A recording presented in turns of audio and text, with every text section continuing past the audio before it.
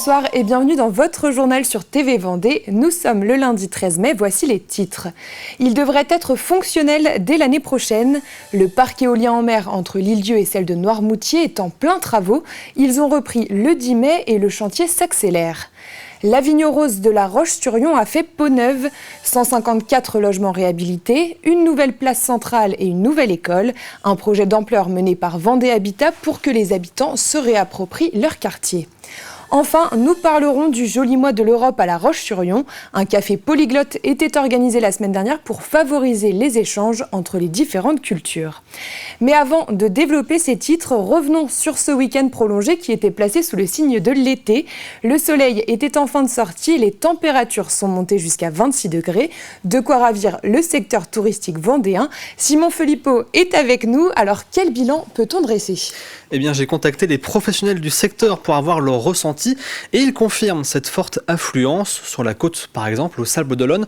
L'hôtel Côte-Ouest a fait le plein. Il n'y avait plus aucune chambre de disponible et le bar et le restaurant ont affiché complet tout le week-end. Une grande majorité de la clientèle venait de Paris et certains ont mis près de 8 heures pour faire le trajet entre la région parisienne et la Vendée. La grande plage était bien évidemment noire de monde et je peux vous le confirmer pour y avoir moi-même été sur place. D'après nos confrères du Reporter Sablé, certains restaurateurs de la ville sont montés jusqu'à 500 couverts par service. Les commerçants estiment la fréquentation en hausse de 50% par rapport à l'an dernier à la même période. C'était aussi le cas sur l'île de Noirmoutier où la population est passée de 10 000 à 120 000 habitants d'après nos confrères de France Bleu Loire-Océan, avec des boulangeries dévalisées dès 10h du matin et des files d'attente interminables pour espérer avoir une table dans un des restaurants de l'île. Les loueurs de vélos ont également été particulièrement sollicités et d'ailleurs il était même difficile de stationner son vélo sur l'île. Alors Simon, il n'y a pas que la côte vendéenne qui était très appréciée par les touristes. Non, effectivement, dans les terres c'était également la même chose. Cette forte affluence s'est également fait ressentir. Par exemple aux eaux de Mervan, la direction nous confie une forte augmentation des visites. Idem pour le parc Offen Park avec plus de 4000 visiteurs sur les 3 derniers jours de ce week-end. L'hôtel du parc, qui d'ailleurs vient juste d'ouvrir ses portes, était plein à 90%. Dans le sud du département, les bateliers ont également eu fort à faire. À l'embarcadère de l'abbaye de Maizet, par exemple, où pourtant on avait prévu du personnel supplémentaire, eh bien il a quand même fallu refuser certains visiteurs en raison de cette forte affluence. Pour Tarek Tarouche, le président de l'Union des métiers et des industries de l'hôtellerie de Vendée, il faut dire merci à la météo. C'est la météo qui a fait qu'on a eu ce nombre-là. Mais par contre, c'est vrai que les gens réservent au dernier moment maintenant. Et est-ce qu'on s'attendait à ce nombre-là? Peut-être pas de cette importance, mais par contre, c'est vrai que là, on a la tendance quand même de la saison. On croise les doigts et on nous souhaite à tous un temps magnifique pour cette saison. Pour les professionnels du tourisme, ce week-end a permis de rattraper les vacances de Pâques et les week-ends précédents qui avaient été marqués par le mauvais temps et il relance enfin ce début de saison. Et merci Simon, et la saison estivale ne fait que commencer. Dans le reste de l'actualité, le 5e parc éolien en mer de France est en cours d'implantation en Vendée. Il s'agit bien sûr de celui prévu depuis longtemps au large des Îles-Dieu et de Noirmoutier. La phase de préparation s'est achevée il y a maintenant quelques mois et depuis vendredi, les travaux d'installation ont commencé. Les 62 éoliennes vont être implantées ainsi qu'un poste électrique en mer. Le parc éolien devrait être en fonction dès 2025. Diane Delangle nous explique les étapes de ce chantier. Depuis le 10 mai, le chantier d'installation du parc éolien en mer de Noirmoutier et de l'Île-Dieu a repris. Situé à 11 km 7 de l'Île-Dieu et 16 km 5 de Noirmoutier, le parc devrait alimenter en électricité près de 800 000 personnes, soit l'équivalent de la population vendéenne. Alors à ce jour, donc, la phase préparatoire est terminée. On passe maintenant au gros du chantier. Les 61 monopieux du parc commencent à être installés. En parallèle, au mois de juin, sera mise en place la sous-station électrique électrique. C'est le centre névralgique du parc, équipé entre autres de transformateurs. Sa fonction consiste à collecter l'électricité produite par les éoliennes, à en élever la tension et à le transférer vers le poste de raccordement à terre. Le choix de l'implantation a, pour rappel, été modifié par rapport au projet initial. Mathieu Carrette, le responsable des relations locales d'Emine, filiale de la société Ocean Winds, était sur notre plateau de la matinale il y a près d'1 an. Écoutons cet extrait. Il y a tout un travail de concertation qui est mené tout au long de ces années, qui continue, qui va se poursuivre encore de nombreuses années, puisque c'est très important d'informer déjà et de pouvoir dialoguer. Et j'évoquais des évolutions, notamment l'implantation de nos éoliennes a évolué suite au débat public, parce que ça a été aussi une demande pour pouvoir mieux travailler aussi pour la pêche professionnelle prévue dans le secteur. De pouvoir retravailler cette implantation, ce schéma de câblage aussi associé pour améliorer, on va dire, le projet. Alors vous vous en doutez, la pose de ces éléments d'importance sur le site va entraîner une forte activité sur zone. Aussi, depuis le 10 mai, la zone est réglementée par un arrêté préfectoral dans un rayon de 50 mètres autour des pieux de la sous-station. Toutes les activités maritimes sont strictement interdites, à l'exception de la navigation des embarcations de tirant d'eau inférieures à 10 mètres. Pour éveiller un navire patrouille 24 heures sur 24 et 7 jours sur 7 aux abords de la zone concernée. Toute activité de loisir est également interdite dans un rayon de 0,50 000 nautiques. À l'automne 2024, une autre entreprise prendra le relais pour une première campagne de pose de câbles interéoliennes.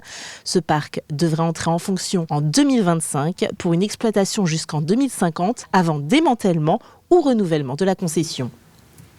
On prend la direction de La Roche-sur-Yon et plus précisément du quartier de la Vigne aux Roses qui a subi de nombreux changements.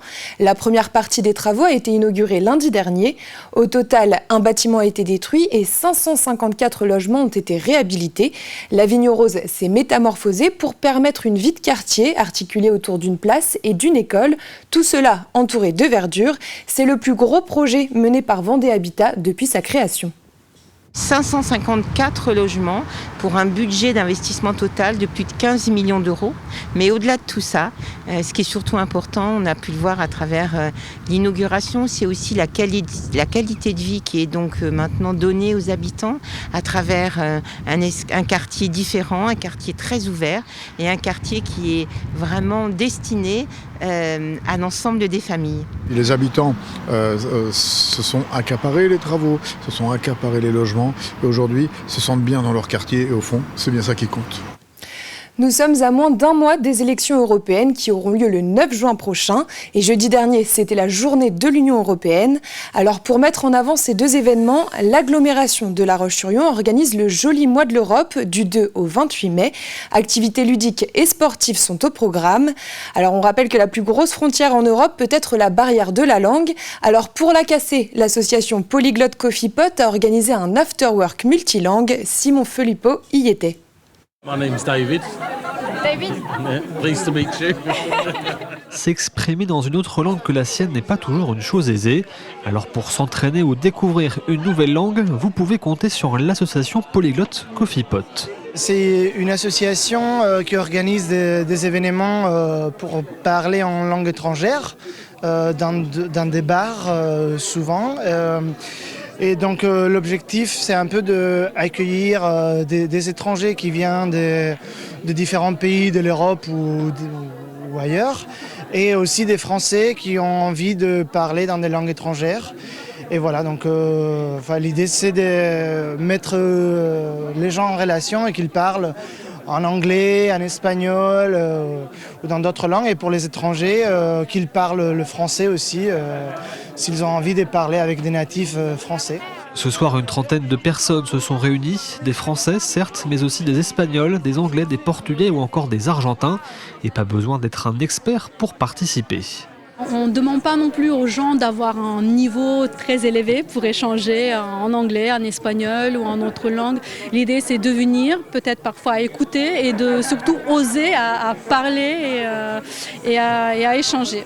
Pour les personnes présentes, l'objectif est multiple, découvrir une langue, une autre culture, mais aussi faire des rencontres, le tout dans la bonne humeur. Moi, j'ai trouvé le café polyglotte par hasard et j'ai trouvé vraiment incroyable parce que c'est une très bonne façon de pratiquer des langues étrangères parce que normalement ici on parle vraiment beaucoup français et moi comme je suis portugaise j'ai commencé un peu à perdre mon anglais, espagnol et un peu le portugais donc je pensais que c'était une bonne façon de connaître du monde. Parfois je peux les aider avec l'anglais et parfois je peux essayer de parler un peu d'espagnol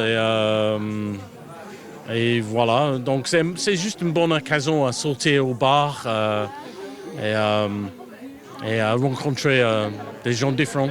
Si cette soirée se déroulait dans le cadre du mois de l'Europe, d'autres événements sont prévus dans l'année, avec toujours le même but, s'ouvrir sur le monde.